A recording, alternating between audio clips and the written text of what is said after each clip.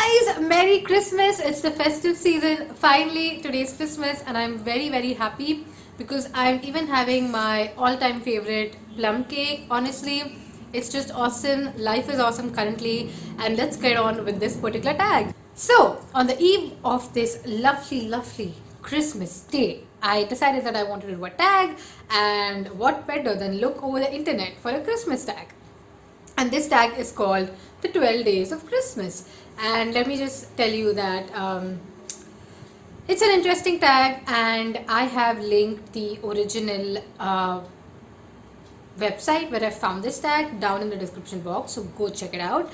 And also the questions are provided down below, so if you're interested in doing it, do it. I'm not tagging anyone. This is open to everybody. Anyone can do this, honestly. And yeah, that being said, let's just get on with the questions and answers because I have my trusty notebook in here. So the first one is, the Patriot stood alone in the pear tree. What is your favorite standalone? So for this question, actually, I decided to go with the first book that I read this year, and that is The Palace of Illusions by Chitra Banerjee Divakaruni, which I really loved a lot. It is a standalone, of course, and that being said, it is one of my big favorites this year. The next one is Love is in the Air. Who is your one true pairing? So actually I have two answers for this actually. So my first one would be a bit of a spoilery answer, which I'm not going to state, but the book is A Little Life. So those of you who've read A Little Life know what am I talking about. If you've not read it yet, please read it. Please do yourself a favor and go and read it. It's like an awesome book. But my second answer, where I do not need to give you any form of spoiler or anything, is actually Zachary and Paulette from Sea of Poppies by Amitav Ghosh. Zachary is actually a black man, from the US, from Baltimore, and he is aboard a slave ship going to Mauritius, and things happen. And then there's Paulette as well, who is a French lady who's been brought up in India with Indian maids, and she speaks a variety of languages. So Sea of Poppies, Amitav Ghosh, highly recommended. The next one is In the Spirit of Threes, what is the best trilogy you have read? So I wish I could give you an answer for this, but I've not read any trilogy per se this year. I have read 3 books from a huge series, but I really loathed it, so I'm not going to name this particular book or this particular author on this video. So that's that. The fourth one is, since series usually consist of 4 or more books, what's your favorite series? So over here, I am again not going to promote a problematic author we all know about, because I really love the series, but I don't want to promote the author. So let me just go for Charlaine Harris Dead Until Dark series. So basically this is a very light fantasy chicklet series, and it's not everyone's cup of tea, let me be honest, but I read this as a palate cleanser. And you can see these books out here. These are a part of the series, and these are like the last 4 books, and I think I'm yet to read these 4. The ones that I've already read are like at the back of it, because I double stack books. So yeah, that's a nice series if you're looking for a light fantasy chicklet series. That being said, the 5th question is, one ring to rule them all. Who is your favorite villain or antagonist? This has to be Andrea Smith from The Dutch House by Anne Patchett. So Andrea Smith is Danny and Maeve's stepmother, and it's not like she is an antagonist, or it's just like there's no, how do I say, negative character in the book, but then every character has the negative and positive traits, because that's the type of books I generally tend to pick up. Like, I don't have like a proper villain or someone to speak about, but then up to some extent Andrea Smith is not a good lady, and understandably so, and you'll understand this when you read the book. But I think she is one of my most disliked characters. out of all the books I've read in 2020. So yeah, that's that. The next one is creation is a beautiful thing. What is your favorite world building?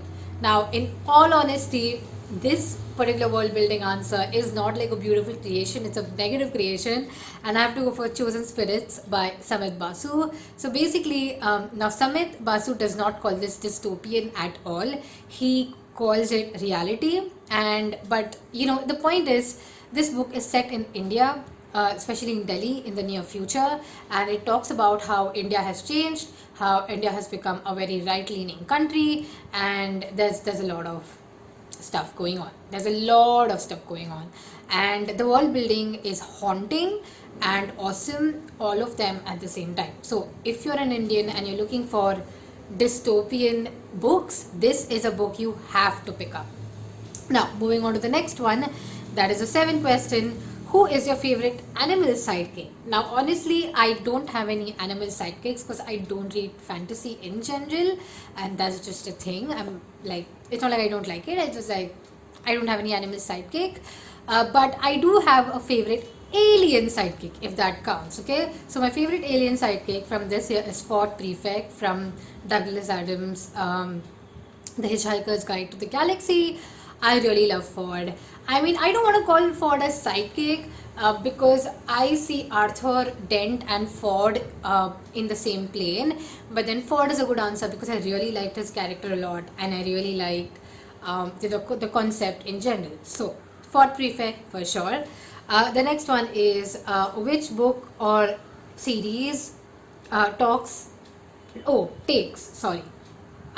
There are times I don't understand my handwriting, so that's fine. Which book or series takes food or beverages to a whole new level?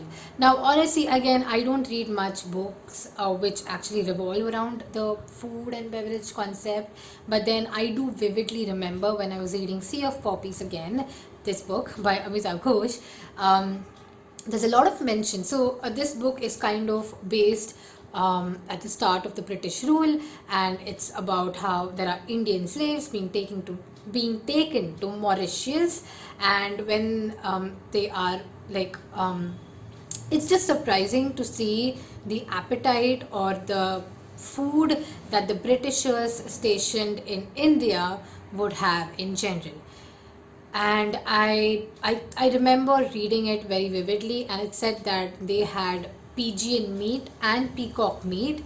Basically, they used to kill the birds that were around them in the gardens, and they used to cook them basically, and that just disgusted me a bit. It does take things to a whole new level because it makes me realize that yeah, I mean, I'm just sad, I think maybe, I don't know, it's weird, isn't it, like having peacock meat for that matter. Maybe it's just me, okay, maybe it's just me, but for me it did take you know earlier British cuisine in India to a new level. So that was that.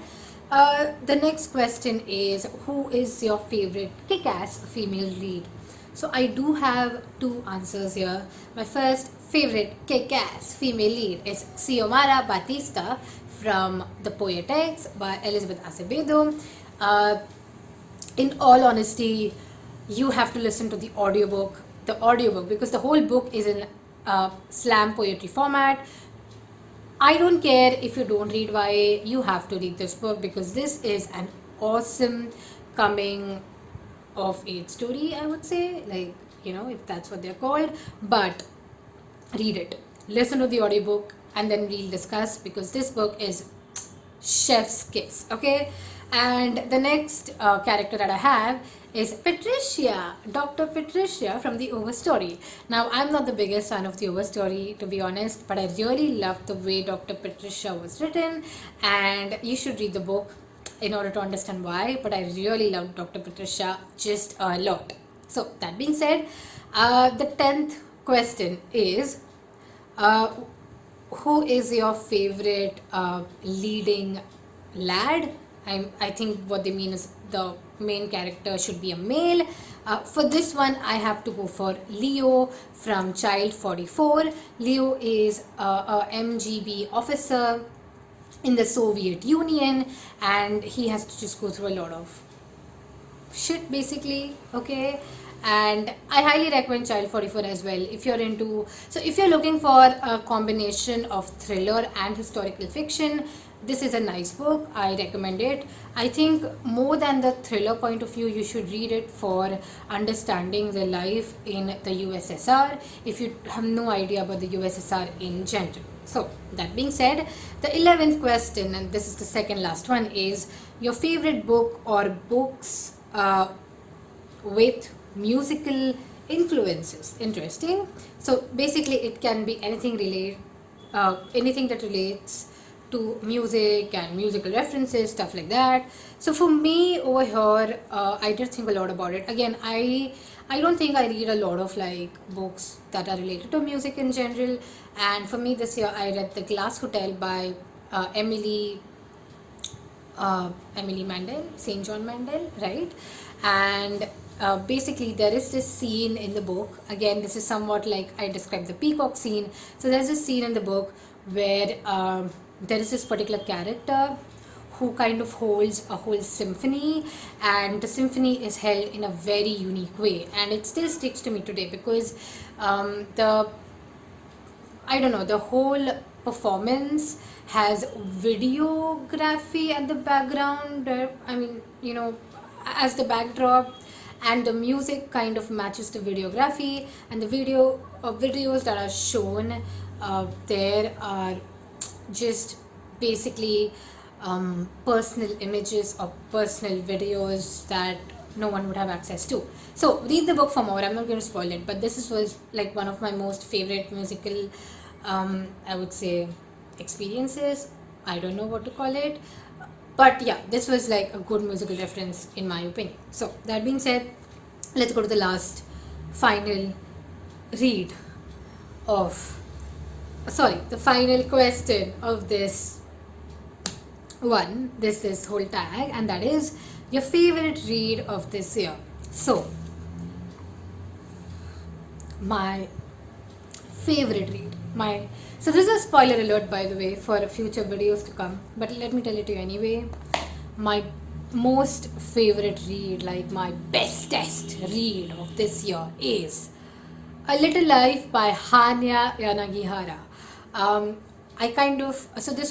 was a part of a group read organized by Leo from A Little Book Life, and honestly I was very like scared to pick it up, and I'm very glad I read it in a group, and I'm just like, whew, this thing just broke my heart, and it's creeped into my top 3 books of all time list as well. I really enjoyed reading this book. I love books that make me cry, and this just, I was sobbing for like 24 hours straight.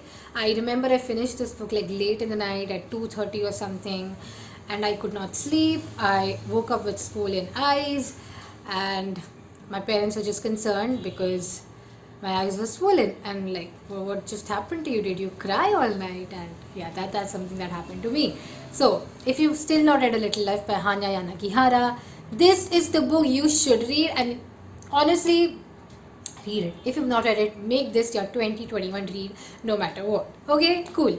So yes, that's it for this 12 days of Christmas tag, and I enjoyed doing this one. And also I just want to show my earrings off. Like, really? See these earrings? See these? Okay, cool. So that's it. Thank you so much. I'll see you in my next video. I hope next video. Yes, next video. Okay, cool. Bye.